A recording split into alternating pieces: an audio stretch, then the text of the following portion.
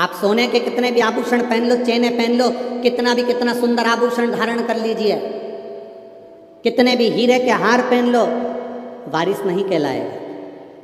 पर एक गले में अगर रुद्राक्ष का मन का, कोई ने एक पत्र लिखा था कल की कथा में, क्या रुद्राक्ष स्त्री धारण कर सकती? क्यों नहीं? कोई ऐसी पुराण लाकर बता दो जिस पुराण में लिखा है कि नारी रुद्राक्ष नहीं पहन सकती।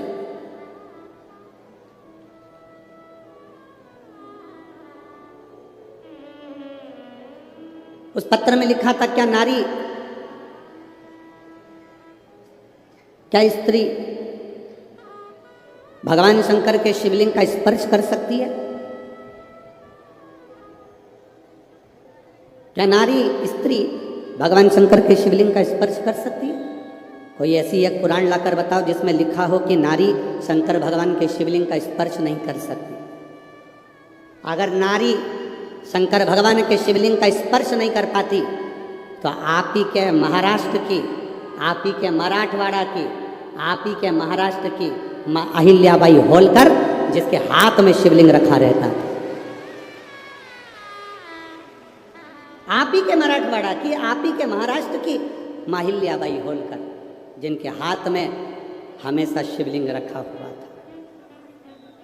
दुख की घड़ी आती थी, कष्ट की घड़ी आती थी, माता अहिल्याबाई होलकर अकेली जब पड़ गई, घर में से सब जब चले गए, अकेली माँ अहिल्याबाई होलकर जब अकेली पड़ी, अकेली,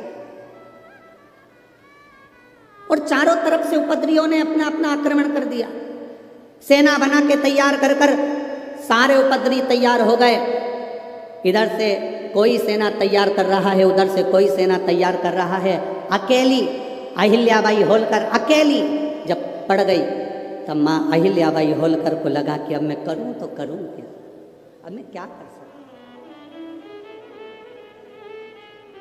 माता अहिल्याबाई होलकर ने अपने सैनिकों को बुलाया, अपने मंत्री महामंत्री को बुलाकर कहा कि चारों तरफ से सेना आ रही है, एक भी ऐसी स्थान नहीं जहां से सेना आक्रमण नहीं कर रही है। चारों तरफ से सेना तैयार बैठी है और कूच कर चुकी है, आने की तैयारी हो गई है। मंत्रियों, महामंत्रियों, बताओ अब करा क्या जाए? आप ये बताओ, अपनी सेना में बल कितना है, कितने सैनिक, कितने घुड़सवार, कितने शस्त्रधारी, सशस्त्रधारी, कितने कितने सैनिक है हमारे पास में? मंत्री और महामंत्री ने हाथ जोड़कर माँ अहिल्याबाई होलकर जी से कहा, माँ अहिल्याबाई होलकर से कहा, महारानी जी, महारानी जी, आपको एक बात कहना चाहते हैं, अगर हमारे सैनिक युद्ध लड़े तो एक तरफ से आने वाली सेना से युद्ध लड़ सकते हैं, पर 3 तरफ से आने वाली सेना के बराबर हमारे पास सैनिक भी नहीं है। महारानी जी, इतनी सेना हमारे पास में नहीं है कि हम युद्ध कर सकें। मौन हो गई माँ अहिल्याबाई होलकर, मौन, एकदम मौन। माँ अहिल्याबाई होलकर एकदम मौन हो गई। अकेली रथ में बैठकर माँ अहिल्याबाई होलकर माँ रेवा के तट पर, नर्मदा जी के तट पर, महेश्वर की पावन धरा पर पहुंच गई। माँ रेवा के घाट पर माँ अहिल्याबाई होलकर ने बैठकर माँ रेवा के हाथ जोड़े, नर्मदा जी के हाथ जोड़कर कहा, माँ नर्मदा, रेवा, तू शंकर की पुत्री है, मैं आज तुझसे बल मांगने के लिए आई हूँ, आज तू मुझे बल दे दे।